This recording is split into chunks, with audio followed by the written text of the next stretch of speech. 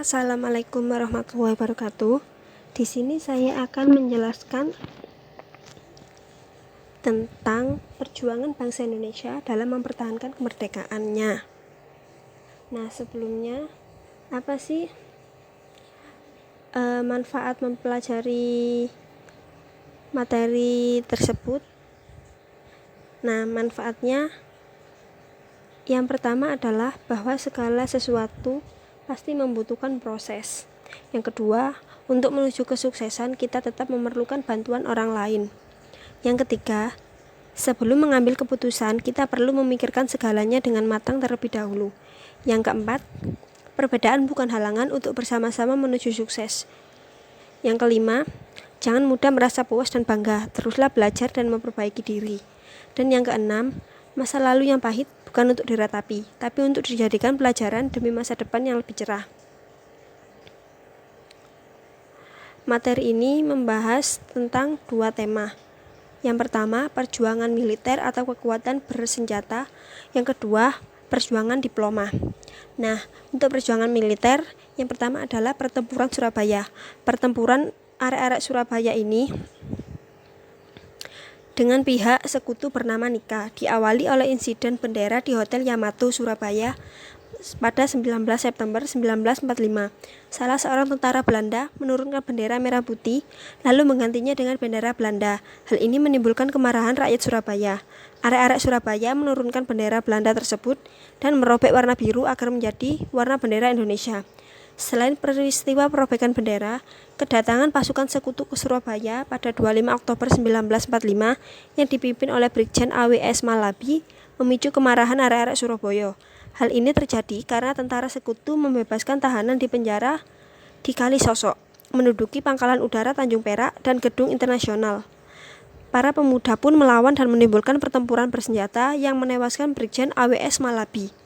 Peristiwa ini kemudian membuat hubungan Inggris dan Indonesia merenggang, sehingga Inggris mengeluarkan ultimatum agar para pemuda menyerah paling lambat 10 November 1945. Namun, para pemuda Surabaya tetap bertempur membela tanah kelahirannya. Tokoh yang sangat berperan adalah Bung Tomo. Hampir 3 minggu para pemuda mempertahankan Surabaya hingga banyak korban berjatuhan akibat pertempuran ini. Untuk mengenang peristiwa tersebut, setiap tanggal 10 November diperingati sebagai Hari Pahlawan. Yang kedua adalah pertempuran Ambarawa. Disebabkan karena adanya penindasan dan teror terhadap penduduk Magelang yang menimbulkan perlawanan di TKR.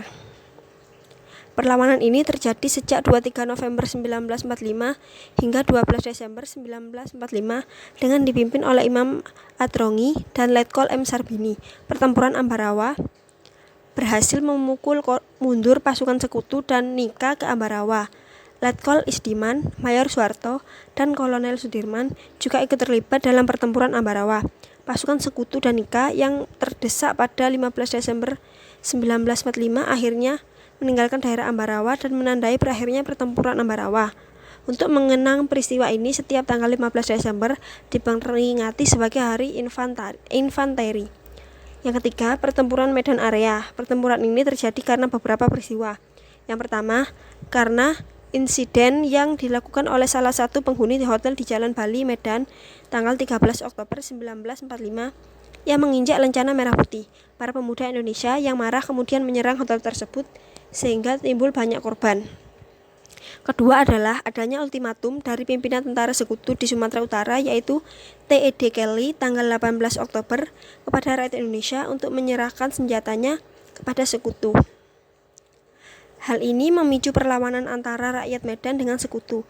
Terlebih pada tanggal 1 Desember 1945, pihak sekutu memasang papan-papan yang bertuliskan Fixed Boundaries Medan Area di berbagai sudut pinggiran kota Medan. Dan yang keempat adalah Bandung Lautan Api. Pada bulan Oktober 1945, pasukan sekutu dan Nika mulai datang serta melakukan pendudukan terhadap kota Bandung. Pasukan sekutu dan Nika segera mengeluarkan ultimatum kepada rakyat Bandung untuk menyerahkan senjata milik mereka, sehingga memicu kemarahan. Pertempuran bersenjata kemudian berlangsung selama kurun waktu November 1945 sampai Maret 1946. Puncak pertempuran terjadi ketika 23 Maret 1946 pihak sekutu dan Nika mengeluarkan ultimatum untuk mengosongkan kota Bandung. Komandan Divisi 3 Siliwangi A.H. Nasution bersama pemuda mengambil inisiatif untuk mengosongkan kota Bandung dan membakar seluruh kota beserta infrastruktur penting pemerintahan ataupun militer pada tanggal 24 Maret 1946.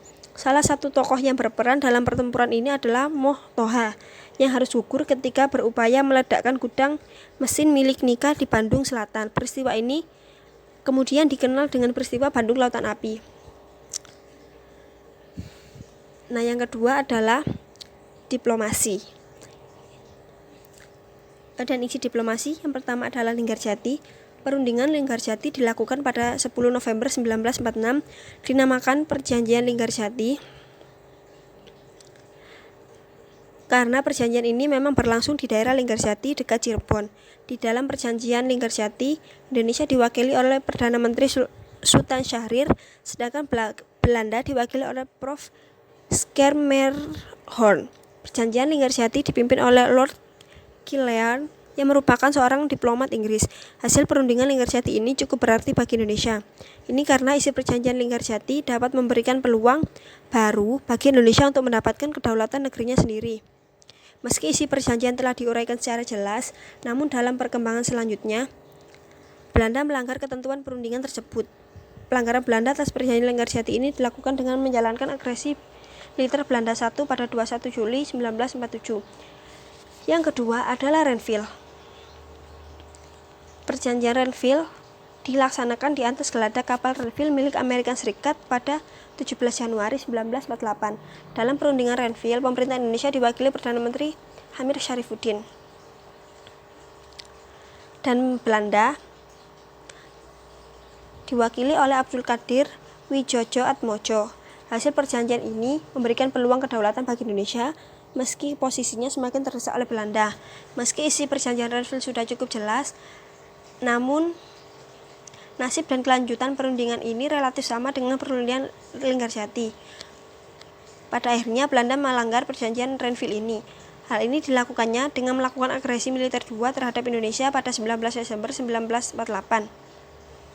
Yang kedua, Komisi Tiga Negara atau KTN adalah sebuah lembaga kerja atau komite kerja diplomasi mancanegara yang hadir pada masa perjuangan dan revolusi Indonesia.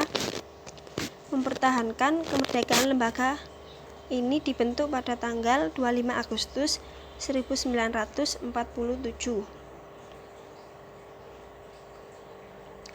Dan yang keempat, Perjanjian Romroyen. Agresi militer Belanda II yang merupakan bentuk pelanggaran dari isi perjanjian Renville menimbulkan reaksi yang cukup keras dari Amerika Serikat dan Inggris, bahkan PBB. Reaksi ini pun tak lepas dari kepiawaian para diplomat Indonesia dalam memperjuangkan dan menjelaskan realita terjadinya agresi ini pada PBB.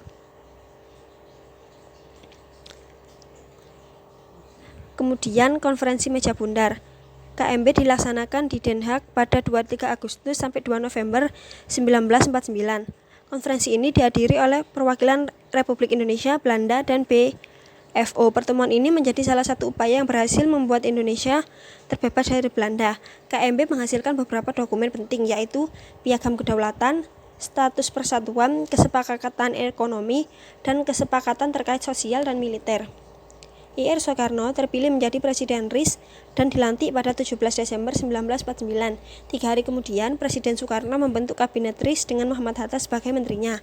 Di sisi lain, penyerahan dan penerimaan kedaulatan disepakati dilakukan di 2 tempat, yakni Den Haag dan Jakarta pada 27 Desember 1949. Tanggal tersebut menjadi tanggal penting mengingat kedaulatan Indonesia diakui pertama kali secara de jure oleh Belanda. Terima kasih. Wassalamualaikum warahmatullahi wabarakatuh.